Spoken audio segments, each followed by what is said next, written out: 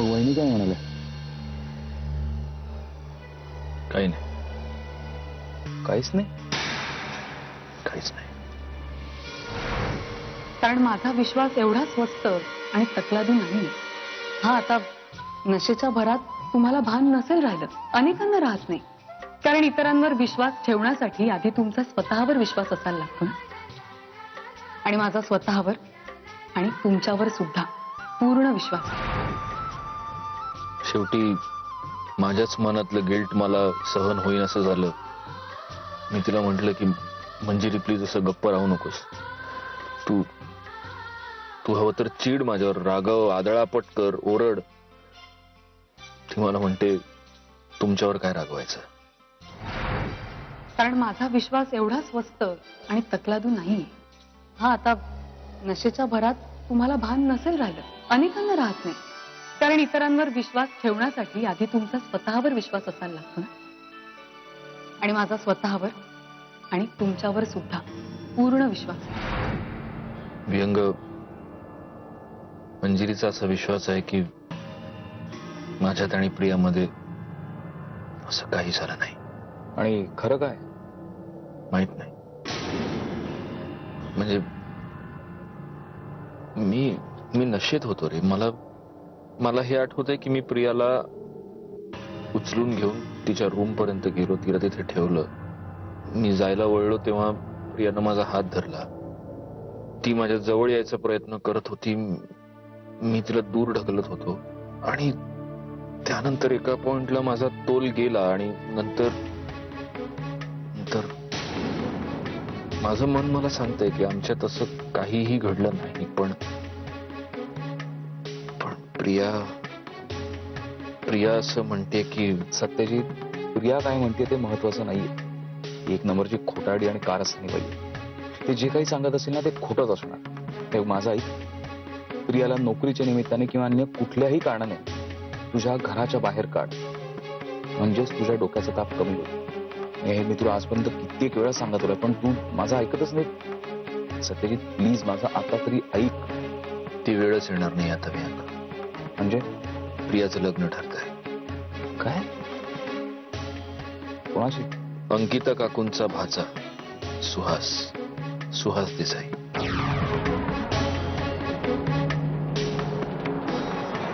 Mister Holkar, please please विश्वास ठेवा माझ्यावर. मी अजिबात खोटं बोलत नाहीये. सत्यजितनी जबरदस्ती मला भांग पाजली. मी त्याला थांबवण्याचा खूप प्रयत्न केला, पण मी नको नको म्हणत असताना त्यांनी जबरदस्ती माझे हात धरून अख्खाच्या अख्खा ग्लास माझ्या तोंडात रिकामा केला. मी काय करणार?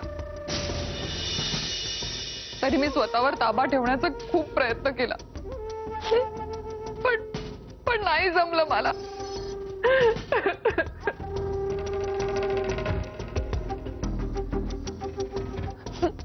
मला कुठल्या व्यसनांची सवय नाहीये ना, त्यामुळे ताबा सुटला आणि त्यांनी तर अख्खा ग्लास पाजला मला. I am sorry.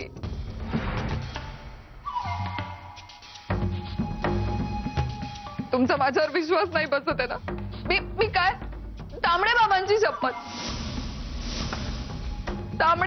शपथ घेऊन सांगते, मी खरं बोलतेय. आणि तुम्हाला माहितीये, भांग प्यायल्यानंतर ना मला काय होत होतं कळतच नव्हतं. म्हणजे चारही ठिकाणी सगळीकडे फक्त तुमचा चेहरा दिसत होता. खरं सांगते, मी तुमच्यावर खरंच खूप प्रेम करते मिस्टर होळकर. फक्त तुमच्यावर प्रेम करते मी. माझी काही चूक नाही या सगळ्यामध्ये. I love you mister Holkar. मी फक्त तुमच्यावर प्रेम करते. झालं बोलून, निघा. पण मिस्टर होळकर, मी निघा. मला निघा.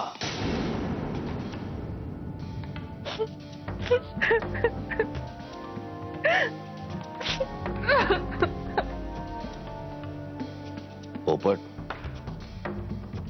या बाईवर बारीक लक्ष ठेव. जी माय बाप त्याने राम करे. येतो. तुम अगर मुझको न चाहो तो कोई बात नहीं, तुम किसी और को चाहोगी तो मुश्किल होगी, तुम किसी और को चाहोगी तो मुश्किल होगी, मुश्किल. आत्या ऐका ना, काल काय मजा आली ना होळी खेळायला. मी किती वर्षांनी होळी खेळले माहितीये. तुम्ही तर काय मज्जा करत होतात, केवढ्या रंगला होतात. आणि प्रिया तर सुटली होती. फक्त प्रिया नाही, सत्यजित लई रंगात आला होता. प्रिया आणि सत्यजित अक्षी राधाकृष्णवाणी खेळत होते. पण नंतर कुठे गायब झाले दोघं कळलंच नाही ना. म्हणजे प्रियाला मी बघितलं संध्याकाळी तिच्या रूम मधनं बाहेर येताना, आणि सत्यजित आता पण वरनच खाली आले. टेरेसवर झोपले होते का? नाही, ते प्रियाच्याच खोलीत होते. का ग, तुला काही प्रॉब्लेम आहे? नाही, मला काय प्रॉब्लेम असणार आहे? नाही ना, उत्तम. या विषयावर यानंतर या घरात चर्चा झाली नाही तर उत्तम आहे. बरोबर आहे. मी या घरात काहीच बोलायचं नाही, कारण मी बाहेर ना आली आहे ना. पण आत्या बोलू शकतात, त्या या घरातलेच आहेत की. वय वय, मी बोलू शकते. मी या घरातलीच आहे. आता आपल्याच घरात बोलायला काल आलेल्या पोरीची परवानगी घ्यायची का? अहो, असं काय करताय आत्या? तुम्ही ना उगाच गैरसमज करून घेता बुवा. आता तुम्ही मला सांगा, काही गोष्टींचं भान आपल्या घरातल्या लोकांनी नको का ठेवायला? आता एक उदाहरण म्हणून घ्या ना तुम्ही. लग्न न झालेल्या व्यक्तीसमोर सारखा सारखा लग्नाचा विषय काढून तिला टोमणे मारणं बरं दिसतं का? बाहेरच्यांचं जाऊ द्या हो, जग काय परकत असतं, पण घरातल्या लोकांनी सुद्धा असं वागायचं म्हणजे? बघा ना. नाही, आहेच दुचकी. बरोबर बोलतीये तू. नेहमी मला तू आमना मारती. हो, डुचकी काय डुचकी? अर्थ तरी कळतो का शब्दाचा? सारखं काय डुचकी डुचकी डुचकी? शी, चहा थंड झाला माझा. आले का मी? नाही, ही बरोबरच बोलत होती या. नाही, तू नेहमी नेहमी मला या विषयाने टोमणं मारती. खरंच बोलतीये ती. कळतंय का काही? आपल्यात भांडणं लावून गेली ती. नाही असे नका, पण तू नेहमी या विषयाने का बोलती मला? सांग मला, काय बोलती? गप्प बसा आणि चहा प्या.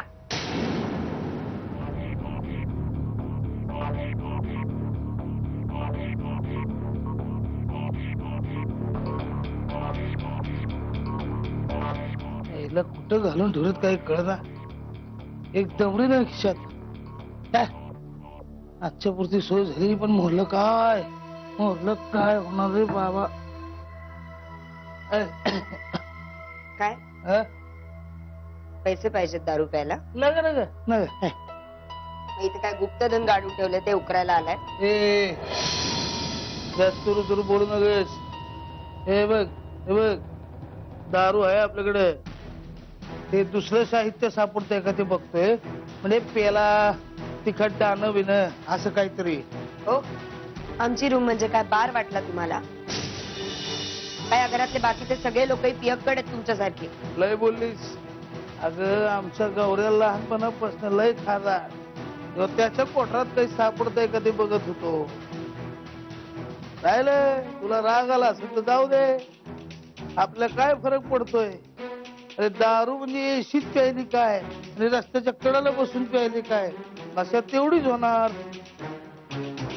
चला, येतो आम्ही. मामनजी, मी असं म्हणलं का की मला राग आलाय म्हणून? आता तर माझी शाळा घेत होतीस. हे आपलं उगाच हो, गंमत म्हणून. ए, मी पेक बनवून देते तुम्हाला. सुनबाई, असं भूत बघितल्यासारखं बघू नका माझ्याकडे. मी काही पहिल्यांदाच नाही करत आहे.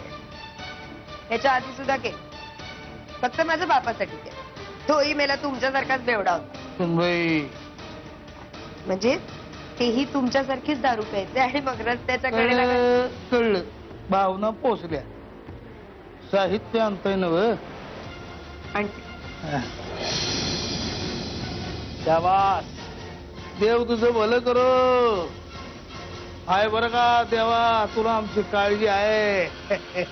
अरे या घरात असं एक तरी माणूस आहे ज्याला या म्हाताऱ्याची काळजी आहे. वा, शाबास, भलं करो. देव तुझं भलं करो पोरी, देव तुझं भलं करो. वा, अग मी तुला एकदा होकार दिला ना. नाही नाही नाही नाही नाही, हे नाही चालणार ना सुहास. फक्त फोनवर होकार दिला म्हणजे झालं का? म्हणजे एकदम ऑर्डर ताई. अरे तू पुन्हा सुरू झालास. ते काय नाही सुहास, तू इथे येणारच बस, दॅट्स फायनल. अरे लग्न ठरल्यानंतरचे हे जे काही दिवस असतात ना, तेच खरे सोनेरी दिवस असतात वेड्या.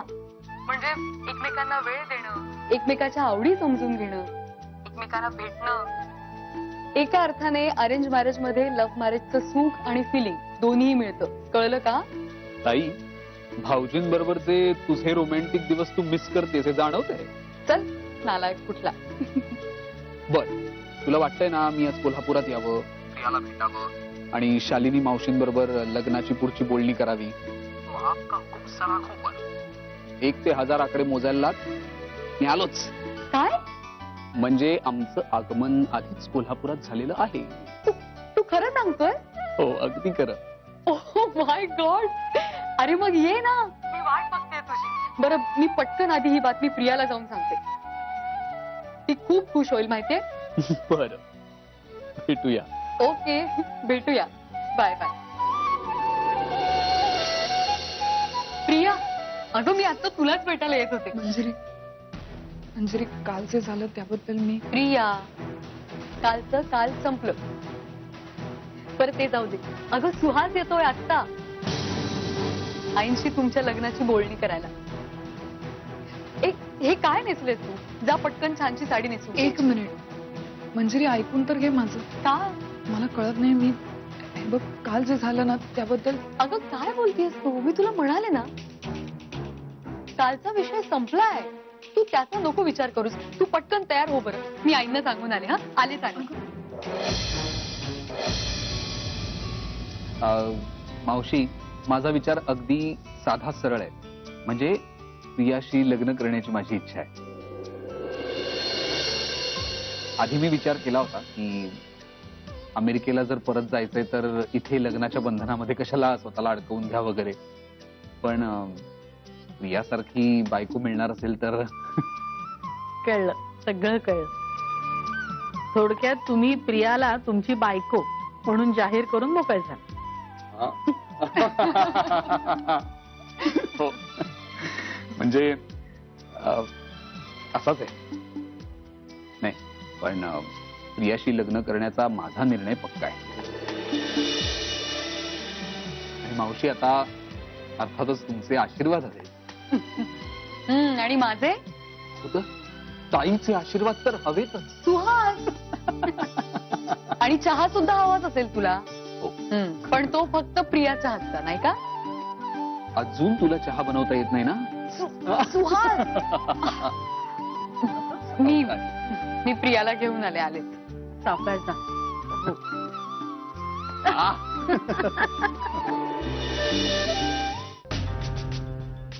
चनदी चनदी चनदी चनदी. जिंकलस पोरी, जिंकलस. अन्नपूर्णा सुखी भव. सासऱ्याची सेवा करतीस. हे 101 नर्मदा परिक्रमांचं पुण्य लाभल तुला. हा, देवाधर्माचं बरंच ज्ञान दिसतंय की तुम्हाला. ज्ञान हे येड का काय तू? अगं आम्ही तर ज्ञानयोगीच आहोत.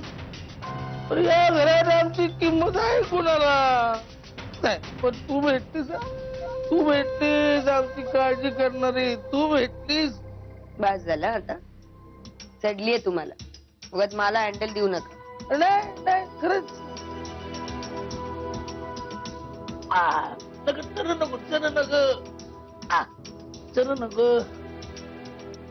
मला सांग, आमचा थोरला लोक सत्या, त्याची बायको मंजिरी आणि ती मोहिते बाईची ती मोहिते बाईची चिकनी चमेली ती प्रिया, हे नेमकं झंझट काय? आता तुमच्यासारख्या एवढ्या मोठ्या ज्ञानयोग्याला हे ज्ञान पण आम्हीच द्यायचं का मामांजी? नाही, तसं थोडं आलंय आमच्या ध्यानात. म्हणजे मंजिरी बाई आवडती आणि बियांना आवडती, असं आहे का? बरोबर. पण काही काळापूर्वी हीच परिस्थिती एक्झॅक्टली उलटी होती. काय सांगतेस? ऑफिशियल राणी नावडती होती आणि अनऑफिशियल आवडती. काय सांगतेस? कारण काय माहितीये का मामांजी, ही आमची मंजिरी वहिनी दिसते साधी सोजवळ अगदी गरीब गाय, पण तिचं आशिष नावाच्या एका मुलाबरोबर लफडं होतं. म्हणजे ही तुझी झिंगट आहेच का? मग कलियुग आलं रे बाबा, कलियुग आलं. आता चरणी ठेवू माता, असा कोण उरला? आता पुढचं बोलू का तुम्ही तुमच्या कविता गात बसणार आहात? नाही नाही, सांग सांग सांग. अरे एवढी फरमास दारू आणि तोंडी लावायला हे असे असं तिखट तिखट गोष्टी, वा वा. सांग सांग, काय झालं पुढं?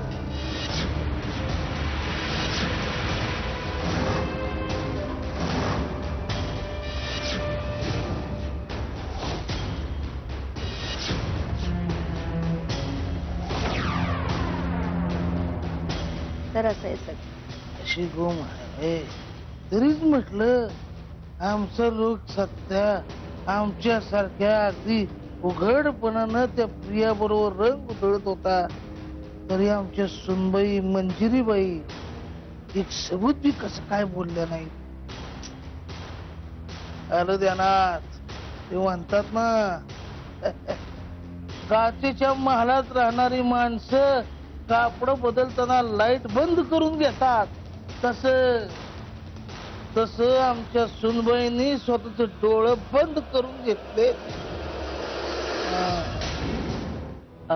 प्रिया माझ्या मैत्रिणीची मुलगी, माझी नाही.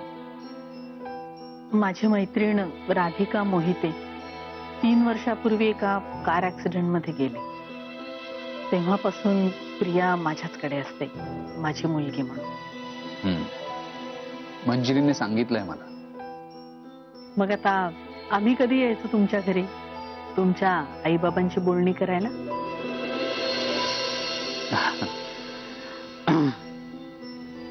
मावशी, माझे आई बाबा माझ्या लहानपणीच गेले. सॉरी. त्यामुळे मी लहानाचा मोठा हॉस्टेलवरच झालो. माझ्यासाठी माझे आई बाबा सगळं काही अंकिता काकूच. तिला खूप आनंद होईल, तिला मी जेव्हा सांगेन तेव्हा ती स्वतःहूनच करेल तुम्हाला फोन. लहानपणापासून एकटेपणा काय असतो हे चांगलंच अनुभवलेलं असल्यामुळे प्रियाला जास्त चांगलं समजून घेईन मी, अशी नुसती खात्री नाहीये, मला विश्वास आहे.